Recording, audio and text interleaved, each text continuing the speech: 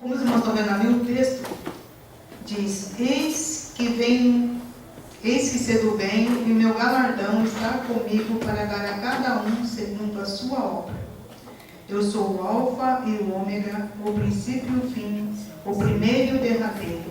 Bem-aventurados aqueles que lavam as suas vestiduras no sangue do Cordeiro, para que tenham direito à árvore da vida e possam entrar na cidade pelas portas. Então, escatologia, sempre que nós falamos, nós já nos lembramos do arrebatamento da igreja. E o Senhor disse isso a João, lá mais ou menos perto do ano 90 ou 100, depois de Cristo, dizendo: eis que cedo venho, e o meu galardão está comigo, quer dizer, a recompensa, para dar a cada um segundo a sua obra. Então a igreja ela tem de estar atenta para essa premissa, essa verdade, né? O Senhor vem. E vem a hora que nós não esperamos. O que pode ser agora, né? Daqui a um segundo, amanhã, nós não sabemos. Nós só sabemos que Ele vem. Então, como os irmãos podem ver, quando se fala eis que venho, nós sempre pensamos a última hora. Quando será essa última hora? Quando será esse momento? E uma coisa interessante que eu queria assim compartilhar com os irmãos, que eu sempre penso, é que às vezes nós só pensamos no arrebatamento quando Jesus vier buscar a igreja. Mas nós temos que pensar que também Ele pode nos chamar antes, a qualquer momento. Quem sabe a hora? Quem sabe qual vai ser a última hora? Quando vai ser essa última hora? Ou nós vamos encontrar com Ele quando Ele vir buscar a sua igreja de forma coletiva, ou nós vamos encontrar com Ele individualmente, através da nossa morte. Quantos já foram? Esse ano mesmo, ano passado, né, vários irmãos, esse ano também já foram se encontrar com o Senhor. Então nós temos de estar pronto, porque quando chega a hora, ou dele chamar, ou quando ele vir, não haverá tempo para uma preparação. Então é estar pronto. Que é como ele dizia uma das parábolas: se você soubesse que hora que ia vir o ladrão, mas você não sabe que hora. A qualquer momento ele vem.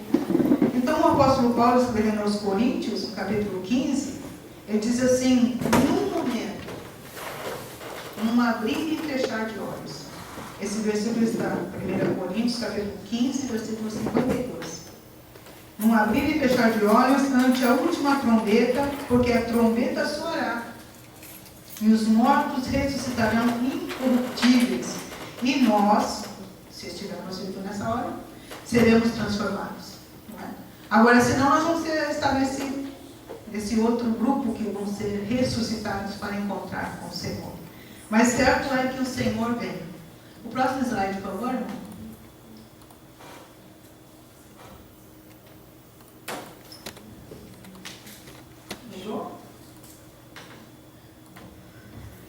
Bom, enquanto o irmão não muda, quando nós falamos de escatologia, coloquei ali o que é escatologia, então sempre se fala que são acontecimentos das últimas coisas, ou eventos futuros, aquilo que irá acontecer. Então a escatologia ela vai abranger tanto o arrebatamento da igreja, que é quando nós começamos a contar, o período da grande tribulação, no mesmo tempo em que no céu estará havendo o tribunal de Cristo, é recompensa para todos os salvos, não é?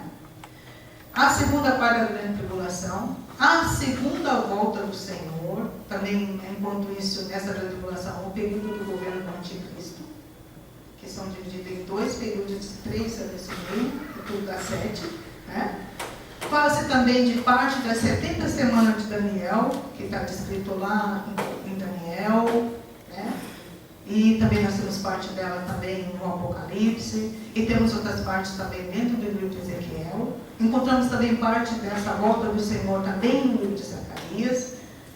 Então, quando você fala de escatologia, não é só Apocalipse. Por isso que às vezes não consegue se compreender. Porque, na verdade, há partes em toda a Bíblia que são como se fosse um quebra-cabeça, que você vai montando. Não pode deixar nenhuma parte de fora. Então, a escatologia, como está ali, coloquei para os irmãos, Esses são os eventos futuros profetizados na Bíblia, né? As últimas coisas. Nas primeiras palavras lá do texto de Apocalipse, no capítulo 1, eu coloquei que nós podemos entender o sentido da escatologia para a igreja. Vamos ler Apocalipse 1, irmãos? Para ver o que diz lá? O irmão que encontrar pode ler.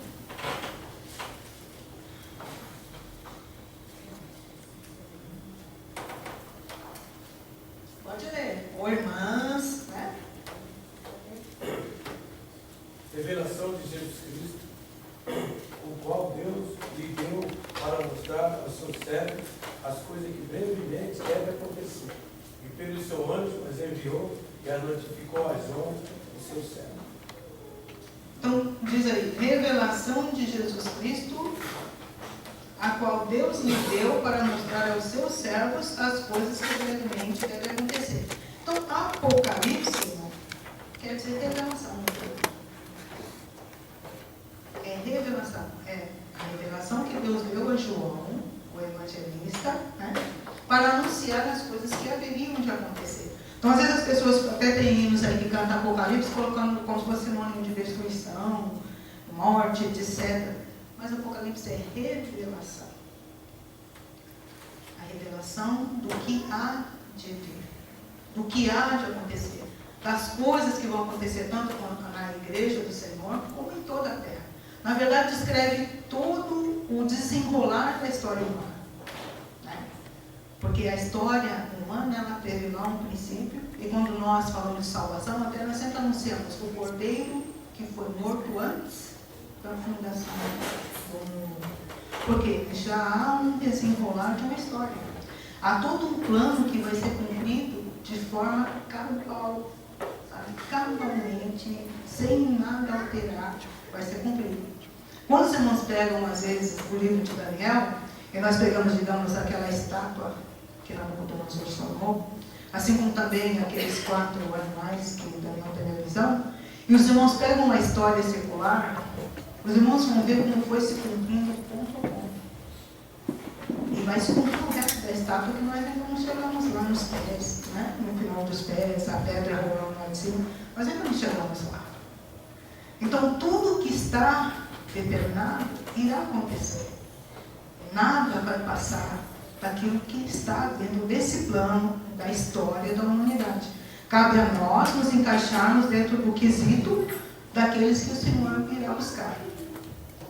Então, continuando, irmãos, como eu falei que Apocalipse não é um sinônimo de destruição, mas é uma, digamos que além da revelação, nos traz uma esperança vindoura, quer dizer, a igreja de nosso Senhor Jesus Cristo. O apóstolo Paulo diz que seremos salvos da ira futura. O Senhor irá buscar, o Senhor irá levar a sua noiva, né? Então, para nós, é uma esperança, uma gloriosa esperança, de que Deus não irá nos deixar passar por essa tão grande aflição, que a Bíblia diz que será um tempo de aflição como nunca houve no período da grande tribulação. Nunca houve na história, até aquele dia. Mas a igreja não vai estar lá. Mas para nós entendermos melhor a escatologia, esse estudo das últimas coisas, nós precisamos compreender que não é possível nós termos um entendimento se nós isolarmos a escatologia das dispensações que Deus deu. Porque às vezes nós vemos pessoas falar assim, mas por que Jesus vai voltar de novo pela segunda vez? Por que vai ter um milênio? Porque é cumprimento de uma promessa que Deus fez para Israel. Então, para nós entendermos isso, tem as dispensações. Você não já ouviu falar nas dispensações? Em todas elas, e também nas alianças, né? O irmão, passa, por favor, no próximo. É que ali ficou menorzinho, né? Mas nós temos ali as dispensações. Então, nós temos a primeira, que é da inocência, não é isso? Vai da criação até a queda. Né? E é interessante, se os irmãos vão ver lá, ó, cada dispensação tinha uma responsabilidade. E cada responsabilidade, que era uma ordenança que Deus deu, o homem quebrou. E quebrando, houve um julgamento. E nesse julgamento vinha um castigo. É onde, para religar isso de novo, Deus põe uma aliança. Então você tem uma dispensação quebrada, uma aliança colocada. Outra dispensação quebrada, outra aliança colocada. Então nós vemos que desde o princípio tem esse cair, e Deus põe de pé, e Deus põe de pé, e Deus vai lá de novo, não é verdade? Esse amor grandioso que Ele tem, essa paciência, né? Um amor tão grande para conosco. Então, como os irmãos veem ali, tem as dispensações, são inocência, como eu falei, né, da criação até a queda, consciência da queda até o dilúvio, governo humano do dilúvio até Abraão, da promessa, que vai de Abraão até Moisés, a lei mosaica, que foi de Moisés até a cruz de Cristo, que lá os irmãos vão ter agora ali no meio, era a igreja, que é a que nós estamos agora, não é? E depois, por último, vai ter o reino milenar. Esse outro pedacinho branco que os irmãos estão vendo lá, são os 7 anos que vai ter da grande tribulação. Que depois o Senhor volta para instaurar o milênio, né? Então, o estudo das dispensações é a chave que abre as páginas das Escrituras para nós entendermos as profecias que têm a respeito da volta do Senhor, da grande tribulação, o porquê de ter um milênio, né? E uma coisa que eu queria também salientar para os irmãos no próximo slide é que nós temos 3, ali está descrito, mas eu esqueci que eu tinha deixado ali. O próximo, por favor, irmãos? Irmão. 3 princípios que descrevem, que são indispensáveis para nós compreendermos as dispensações. Primeiro, a Bíblia, ela deve ser entendida em termo normal ou literal, inclusive quando se usa figura de linguagem. Isso nas dispensações, né? A premissa, também outra coisa que nós temos que entender, que Deus tem um plano para Israel, né, como etnia em ação, que é diferente do seu plano para a igreja do Novo Testamento. Então Israel tem um decorrer, que nós vamos ver depois quando viermos as 70 semanas de Daniel. Nós vamos ver que as 70 semanas foram contadas até as 69. Para Israel. Parou. Começou da igreja. Quando o Senhor veio buscar a igreja, começa a contar de novo a última semana para Israel. Então, nós temos de entender isso. É diferente o plano de Deus para a igreja, o plano de Deus para Israel. Ainda que vai, né, na história, vai desenrolando-se. E terceiramente, que a história humana é um desenrolar da execução do plano eterno de Deus, que ao criar o ser humano, os fez para o louvor da sua glória. Então, dentro disso, nós temos de fazer isso, como eu expliquei ainda para os irmãos, dividir o que é a dispensação e por que foi criada as alianças, né? Porque, na verdade, cada dispensação era uma administração distinta, né? Identificável que Deus colocou. Então, como eu falei há pouco, cada uma tinha uma responsabilidade. Irmão, passa o próximo, por favor. Eu voltei ali para nós irmos falando, por exemplo, da inocência. Qual era a responsabilidade? Quando Deus criou o homem, o Senhor lhe deu a responsabilidade da obediência. E diz para frutificar e multiplicar. Também mandou dominar, quer dizer, administrar a terra. Uma coisa interessante é que quando o Senhor criou ali o homem no jardim, o Senhor o colocou e disse que era para ele lavrar e... Qual era a outra incumbência? Cuidar. Guardar. Também seria preservar. Como está o nosso planeta hoje, porque não foi cumprido essa preservação? Né? Tudo que é para a nossa sobrevivência está se esgotando. É água, é comida, é tudo, né? O ar. Até eu sempre brinco, às vezes, com as crianças, quando eu contava a história lá de quando Moisés manda Josué e os espias olhar a terra, né? Você falar para as crianças, 4 mãos para carregar um cacho de ouro. Né? Hoje a gente compra uma caixa de uva assim, não dá para nada, né? Aquelas caixinhas, né, pastor? Nem dá vontade de comer, não dá para nada. As caixinhas pequenininhas, mas eu tenho. Olha a diferença, não é mesmo? Não, nem acho mais banana. Não acho mais também. Interessante uma coisa que as pessoas confundem também. Nessa época, eu não foi inventar não, eu já criou o trabalho. Porque cuidar da terra, na terra, o trabalho. E tem gente que fala que Deus deu trabalho quando o homem pegou lá, falou, agora comerá o trabalho. Não, o trabalho começou aí. Era uma coisa boa. Agora, quando ele pegou, aí falou, agora você vai aqui, ó. Uma coisa interessante que o pastor está falando, que eu sempre me admiro de ver como as pessoas elas colocam o trabalho como algo ruim, né? Que todo mundo tem ideia de às vezes eu ouço no ônibus, no metrô, eu vou ficar rico para não trabalhar mais, né? Para não trabalhar mais. E não é assim, gente. E não é dessa forma, né? Rui Barbosa dizia que o trabalho dignifica o homem e o aproxima o seu Criador. É isso que Rui Barbosa dizia. E quando nós vemos assim, é tão bom quando você trabalha, você faz suas coisas, você se sente bem, né? E se você prestar atenção, um dia que você fica em casa o dia todo sentado, ou assistindo televisão, ou fazendo outra coisa, a gente cansa mais. Eu trabalho numa metalúrgica que ficou um tempo sem serviço e a gente ia ficar o dia inteiro lá sentado no lugar, sem trabalhar. Chegar de tarde, parecia que tinha me dado uma surra, entendeu? Eu estava muito mais cansada do que no dia que eu trabalhava. É bom trabalhar. Aliás, uma coisa que eu gostaria de falar com os irmãos é assim, a maioria das pessoas está ativa, está uma maravilha, trabalhando, aí ele fala assim, eu vou me aposentar, não vou fazer mais nada. Eu vou me aposentar, não vou fazer mais nada. Eu vou me aposentar, não vou fazer mais nada.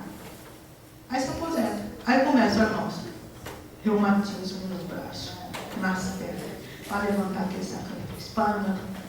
Ele ficou dizendo que não ia fazer mais nada. Eu vou parar de trabalhar para fazer a obra. Esse foi o pior. Se já estava falando com a irmã, que eu me admiro de mulheres que se casam com obreiros que estão em meio da obra. Falando, como vai ser, meu Deus? Vai criar os filhos com o quê? Não, mas Deus falou assim, tem que ser que nem os passarinhos, tá bom. Então os irmãos passam, levam de Eu vi um monte de que a profeta falou que ela fez e não sei o que, tal, nem chamado vinha para a obra, mas nem que ter chamado. Em primeiro lugar. E segundo, o negócio é exprimido, não é? Sabe? Olha, deixa para lá, eu já fiz. Então, mas como eu falei para os irmãos, às vezes eu falo, né? Como os passarinhos é assim, você levanta de manhã, só tem aquele tiquinho do café, né? Quando dá meio-dia, você vai arrumar aquele tiquinho do almoço, não é verdade? Não tem esse negócio de pesteleiro, casa, carro, não tem isso não. Viver da obra, então, é comer quando aparece, quando não tem, Deus proverá, não é verdade? É assim que é. Como vai criar filho desse jeito? Então a gente vê que é umas extorsões terríveis. Mas como nós vemos aí, continuando aqui a responsabilidade para Adão, também da árvore do conhecimento do bem e do mal, lá no meio do jardim, não era para comer. É interessante nós prestarmos atenção que quando o Senhor vai criar o homem, primeiro, o Senhor faz tudo o que ele precisava.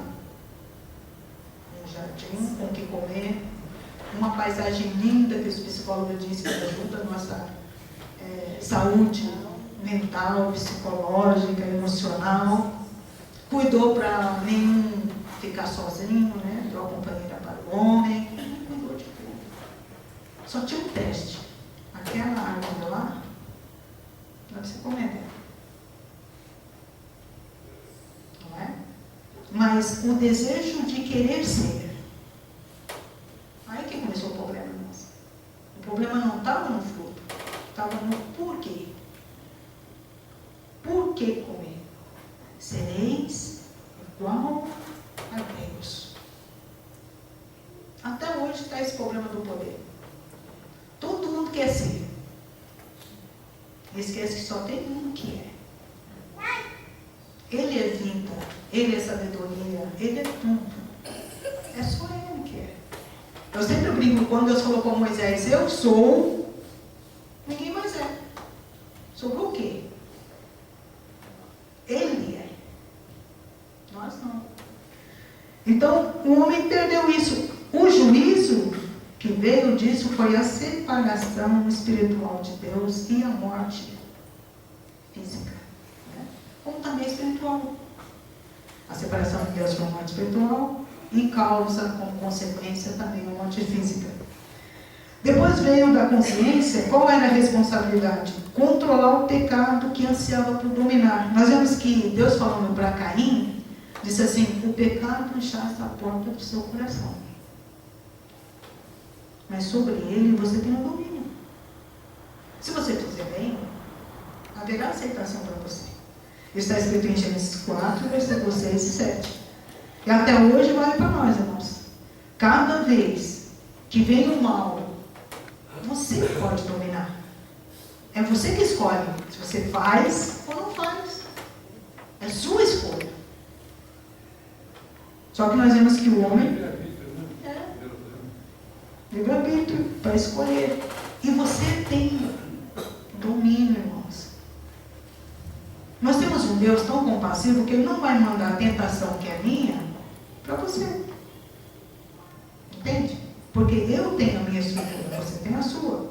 Eu não vou dizer assim, mandar porque Ele está mandando, tá? Eu estou dizendo que Ele, no seu cuidado, que além disso também Tiago diz, que de onde vêm as tentações? Ele fala dos vossos próprios membros, dos vossos desejos.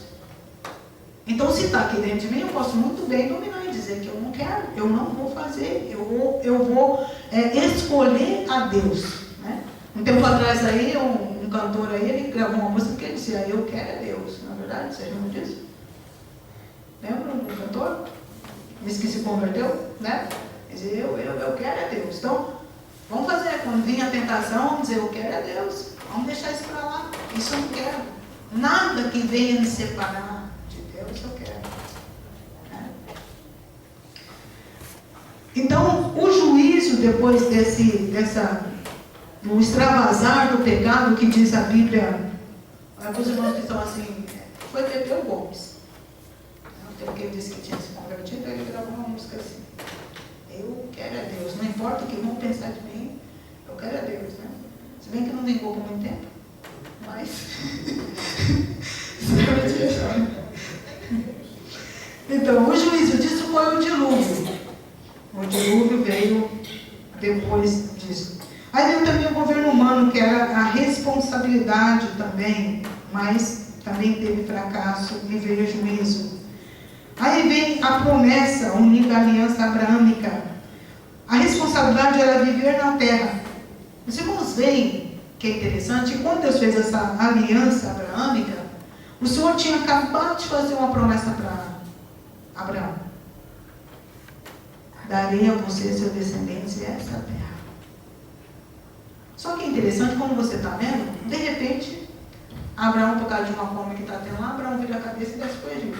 Assim, você não vê ele olhando. Deus também não mandou. Quando chega lá, tem um medo tão terrível que os homens vão matar ele para tomar a mulher, que mente que a mulher é irmã. Se Deus não intervisse, olha para onde que ia ser mente de Abraão, não é verdade?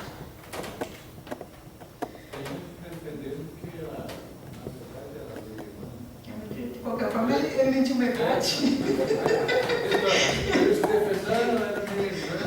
Ele mentiu metade. E ela também concordou na mentira. Então. Mas nós vemos que daí o juiz que Deus deu disso, porque ele desceu para lá, falou assim: tua semente, seu descendente descerão no Egito e serão lá escravos por 400 anos. Esse foi o juízo. Né? Mas daí nisso, nós vemos que foi feita uma promessa da terra ser dada. Depois vem a lei, quando Deus fala para Moisés, né? Essa dispensação da lei, ela abrange quase 1500 anos a duração dela.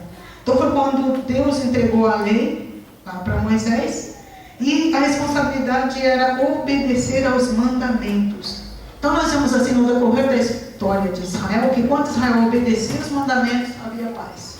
Quando desobedecia, tinha tristeza, morte, escravidão e várias outras coisas, né? Então, disso resultou até os dias de nosso Senhor Jesus Cristo. Quando o Senhor vem, o Senhor nasce, o Senhor cresce, o Senhor faz seu ministério, o Senhor morre, ressuscita e começa a era da igreja, né? E foi dado a nós, irmãos, uma incumbência, uma responsabilidade. Seria a fé em nosso Senhor Jesus Cristo e manter uma doutrina pura.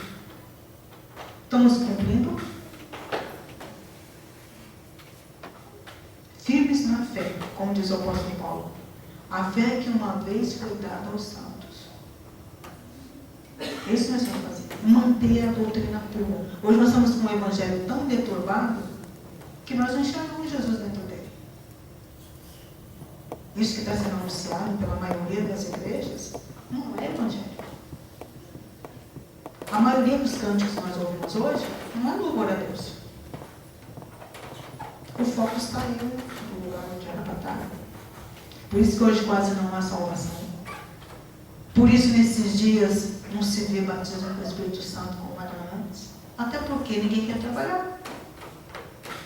O batismo com o Espírito Santo é revestimento para você trabalhar para o Senhor. É para você chegar, o enfermo ser curado, Deus revelar o que está escondido, né? Só que ninguém quer fazer mais nada.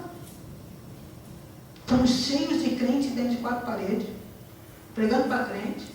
Quando sai do lado de fora, não tem coleta uma folha para uma pessoa que encontra ali, do lado de fora. Então, para que vai ser batizado no Espírito Santo? Para ficar dando espetáculo dentro da própria igreja? Para dizer que é dentro da própria igreja? Então, os irmãos, eles saem do foco.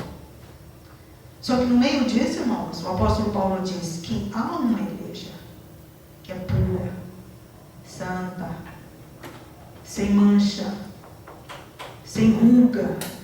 Ela não envelhece não com as coisas que acontecem, ela se renova. Entende? Porque ela está ligada no tronco, na videira. Ela recebe seiva do Senhor Jesus Cristo. Essa ele vem buscar. Ainda que seja só como se fosse uma pontinha de um átomo. Mas tem uma igreja firme, que nós temos de fazer parte dela. Então, a partir daqui, nós vamos dar aqui uma olhada nas fases históricas da igreja, só para nós irmos compreendendo mais. O próximo, por favor. Ali, irmãos, não dá direito para os irmãos ver, porque é pequenininho, mas nós temos as fases da igreja, né? Quando ali nós temos Éfeso, Esmirna, Pérgamo, Tiatira, Sardes, Filadélfia, Laodiceia, são períodos da igreja.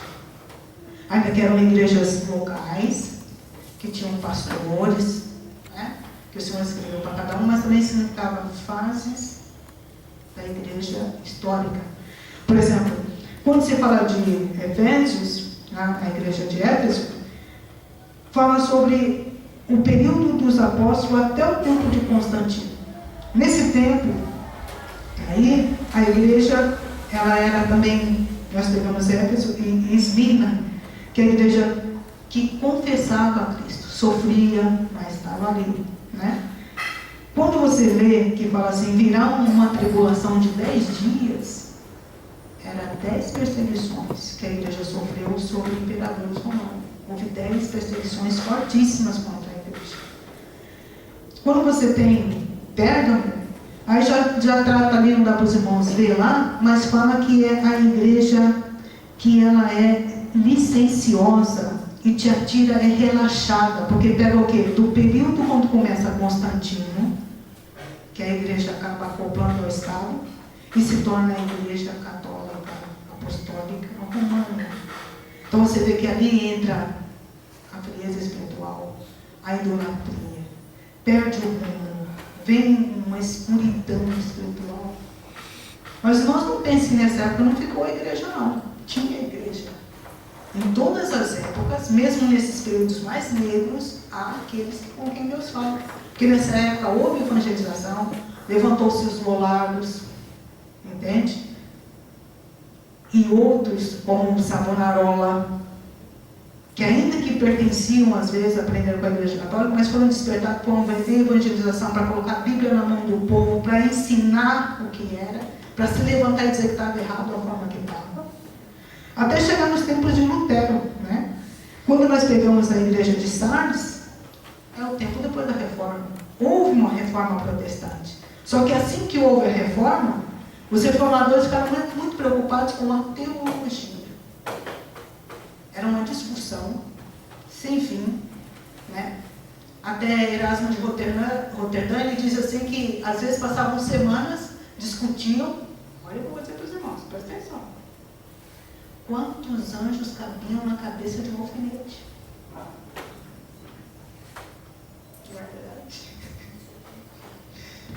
E com isso não tinha evangelização, não tinha nada. Então, né, quando você vê Sardes, diz assim, tem aparência de ser viva, mas está morta. Parecia que tinha havido uma reforma, mas não. Não tinha. Estava morta. Não se preocuparam, os reformadores não se preocuparam com evangelização, com missões, não tinha. Ficou dessa forma. Então começa outra época, né? Que nós já vimos agora aqui com Filadélfia e Laodiceia, que nós podemos dizer que são, desde o tempo de Wesley, quando houve um grande avivamento, o Senhor começou a derramar o Espírito Santo. Wesley tem falado da santificação. Também se levantou Edwards nesse tempo, Whitfield, Finney, né? E Deus foi avivando a igreja. Foi um período que, né, quando nós lemos sobre Jonathan Edwards, quando pregou sobre pecadores na mão de um Deus irado, diz que uma cidade toda se converteu. As pessoas gritavam e choravam, parecendo que o inferno estava debaixo dos pés. Porque a comparação que ele fazia era como se nós fôssemos uma aranha, estava na mão de Deus, por um fiozinho dela. E você leva ela assim em cima do fogo.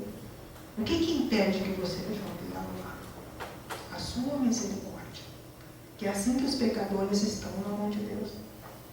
Pela sua misericórdia que nós estamos aqui.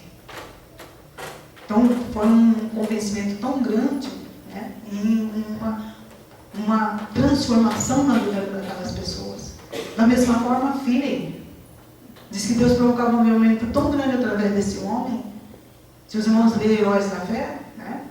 Diz que uma vez chamaram ele numa fábrica para pregar e só conforme ele ia entrando, as pessoas se ajoelhavam e começavam a confessar os seus pecados.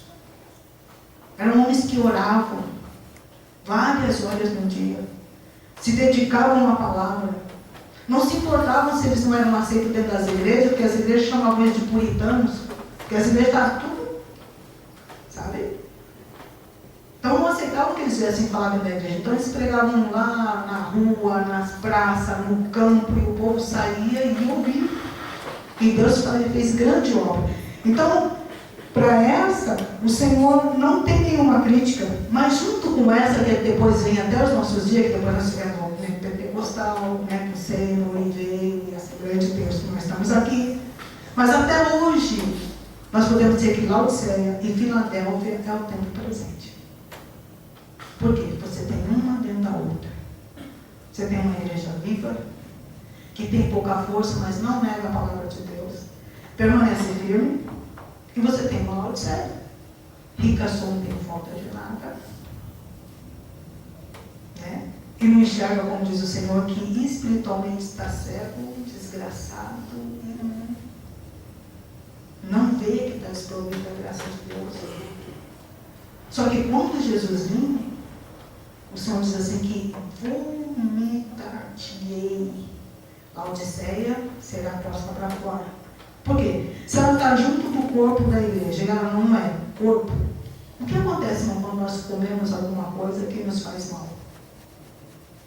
É assim que vai ser posto para fora aqueles que não são igreja, quando o Senhor veio buscar a sua igreja.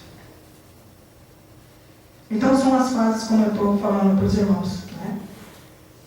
Mas continuando, aqui termina as 9, pastor? Termina as 9. Continuando, o irmão. Uma irmã vai ter 3 dias, não sei se a irmã quer esgotar hoje por você. Não. Hoje vamos tentar chegar, até hoje eu vou deixar. O próximo, por favor, irmãos. Hoje às 9, porque. Não, é só para eu quero entender. Uma hora cada um. Então, vamos ver se a gente deve direito, irmãos, para depois nós já entrarmos na parte de grande tribulação. Vamos ver se nós chegamos até o tribunal hoje, tá bom? O próximo, por favor.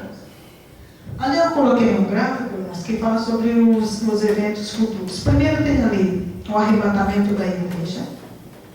Né? Se os irmãos podem ver. Ó, no primeiro ali você tem a eternidade passada. Vou falar um pouquinho. Aí tem a era da igreja que nós falamos agora.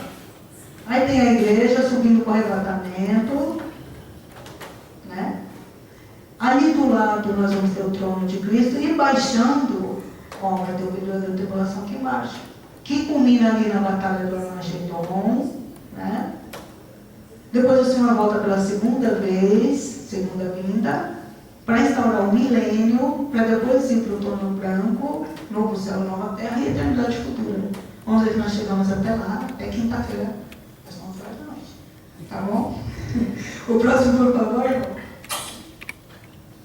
Então, o arrebatamento da igreja, o tribunal de Cristo e as bodas do Cordeiro. Quando se fala do arrebatamento da igreja, né, pegando lá 1 Tessalonicenses 4, 13 ao 17, diz que será um evento do qual todos os salvos de todas as épocas serão levados para o Senhor para viver com Ele para sempre. Então, o arrebatamento, irmãos, não vai retirar daqui da terra todas as pessoas que dizem que são crentes. Como está ali. Não vai tirar daqui da terra todos os que professam a fé em Cristo, mas apenas quem está em Cristo, quem vive em Cristo. Você dizer que você é crente é uma coisa, você ser é outra.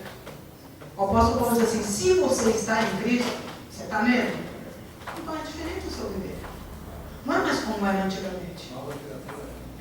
É diferente. O fermento do velho homem, né? Ou seja, essa natureza carnal que nós temos, que é terrível, é nosso maior inimigo, nós vamos subjugando ela dia após dia, para nós chegarmos mais próximos de Cristo. Não é para ser mais a mesma coisa. Não é para viver como era antes. O apóstolo Pedro escrevendo diz assim: então limpai-vos de toda malícia, de toda mentira, de toda concupiscência. Limpa. Não é uma coisa que seja fácil, mas nós podemos. Nós podemos. Não é? Quando nós buscamos a Deus, nós colocamos-nos na santificação, vamos despojando-nos disso, é glorioso nós vemos como essa parte carnal vai ficando mais enfraquecida. E o nosso espírito mais forte. Aí o apóstolo Paulo vem em Romanos e diz assim, que aqueles que andam em espírito, ou no espírito, não tem mais condenação para ele. Porque agora nós estamos ativando o fruto. Sabe? Sem nós ir diminuindo essa carnalidade toda, não dá para nós fazermos a produção do fruto do Espírito, que acentua em nós o caráter de Cristo. Então, ou nós estamos em Cristo, ou nós não estamos em Cristo. Quando nós lemos o Salmo 91, é tão conhecido, não é? Aquele que habita no esconderijo do Altíssimo, a sombra do Onipotente descansa. Nenhum mal pode se chegar. Mas onde fica essa pessoa? No Altíssimo. A gente ao contrário, a gente fica fora do Altíssimo, pinta e borda, faz as coisas sem pedir permissão, depois a gente fica que nem um irmão chega. Não é? E preocupa Deus. Deus não ouve a oração. Ele não liga para mim. Não é? Outra hora eu falava, o que eu fiz para Deus? O que não fez, né? O que eu não fiz para Deus? Seria melhor. Então, irmãos, como nós estamos falando, há duas igrejas. Uma que professa, mas não vive e a outra que é verdadeira e é fiel. O próximo, por favor. A igreja é o corpo de Cristo, tem ali as referências. A igreja é a noiva, noiva.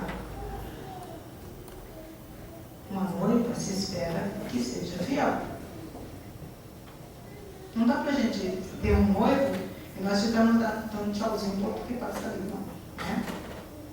Então, quando nós somos noivos, nós somos Jesus Cristo, não é pra gente ficar dando aceno para o mundo, para Satanás, não. Irmãos. Somos noiva. A amada, os ramos do qual ele é a videira, ele é o tronco, não é? E o Senhor diz assim que aquela vara que não está nele vai secar. Se seca é porque não produz mais nada. E quando não serve para mais nada, joga no fogo. Então, vamos fazer uma análise de nossa vida e pensar: o que eu estou fazendo? Que fruto que eu estou produzindo? Será que eu já virei um ramo seco? O Senhor vem buscar quem é ramo dele, irmãos.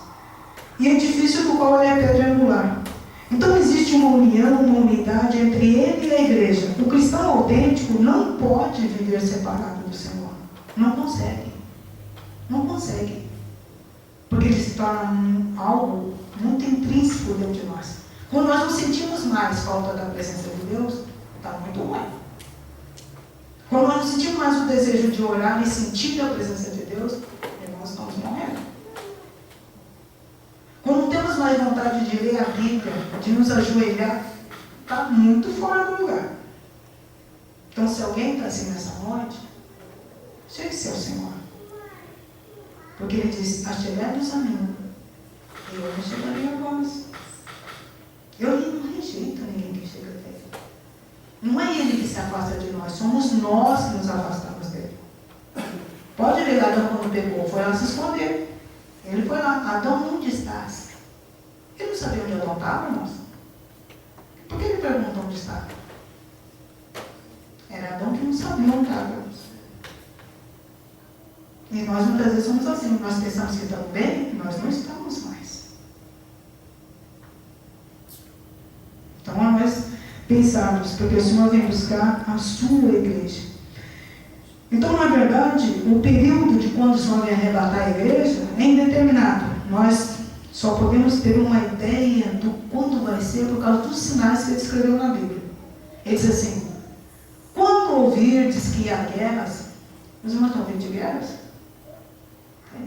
Quando ouvir que tem fome, está tendo? Tá? Quando ouvir que tem Cristo ali, Cristo lá, tem ouvido isso também, irmãos? Quando a figueira começar a florescer, já floresceu? Desde 1940.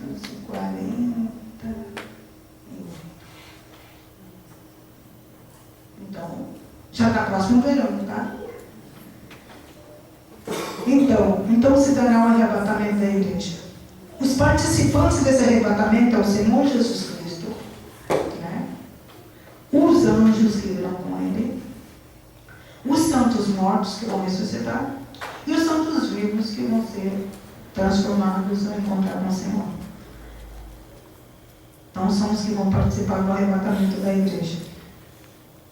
As características do arrebatamento da igreja, irmão, o próximo slide. Ali tem um gráfico que mostra como se está escrito lá em Tessalonicenses, no capítulo 4, versículo 16 e 18. Né?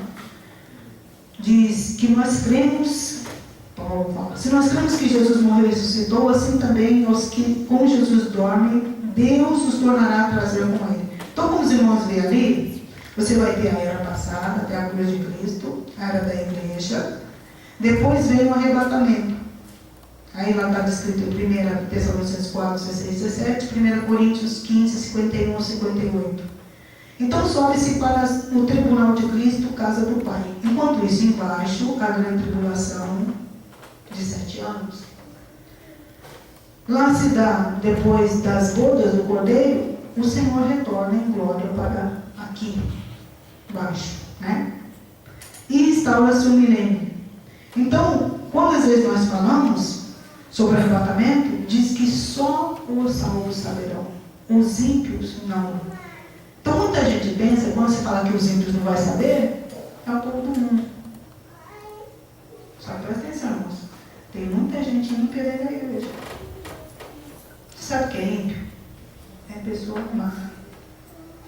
Pratica maldade de forma pensada, planejada. Derruba o outro. Inventa calúnia. Tem pro lado de cá também ou não tem? Não vão. Só os salvos vão ouvir e vão subir. Os ímpios, não. O próximo, por favor. O arrebatamento é caracterizado como uma vinda de transformação. Né? Jesus vem buscar a sua igreja. O próximo, irmão. Então nós vamos ali o processo do arrebatamento. Então vai ser um processo de transformação do corpo. O apóstolo Paulo disse: aquilo que é mortal vai ser investido da imortalidade. Vai ser um segundo. Aquilo que é corruptível, quer dizer, esse corpo aqui que envelhece, adoece, os cabelos cabrão, né? Vai ser revestido da incorruptibilidade. Seremos transformados. Teremos corpo como o do Senhor após a sua ressurreição. Né? E estaremos prontos para encontrar com o Senhor lá nas nuvens. E de lá subir para junto do Pai. Primeiro para o tribunal de Cristo, nós vamos ver depois. Mas, quando nós falamos disso, desse arrebatamento, é pensar que a partir daí estaremos para sempre com o Senhor. E quando se fala em Deus, enxugará dos seus olhos toda lágrima. Quer dizer que lá não há tristeza, lá não há choro, lá não há dor. Lá mesmo quando você se lembra da vida anterior, não há dor. Pelo contrário, o gozo é muito maior. Muito maior. Entende, irmãos? Porque tem pessoas que ensinam que nós não vamos lembrar. Mas você vai se lembrar do quê? Como é nossa alegria, irmãos? Não é você saber que você passou, não é? E você chegou lá.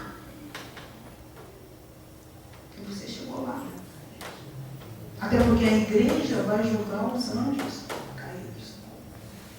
É exatamente mostrando o que nós passamos e nós vencemos.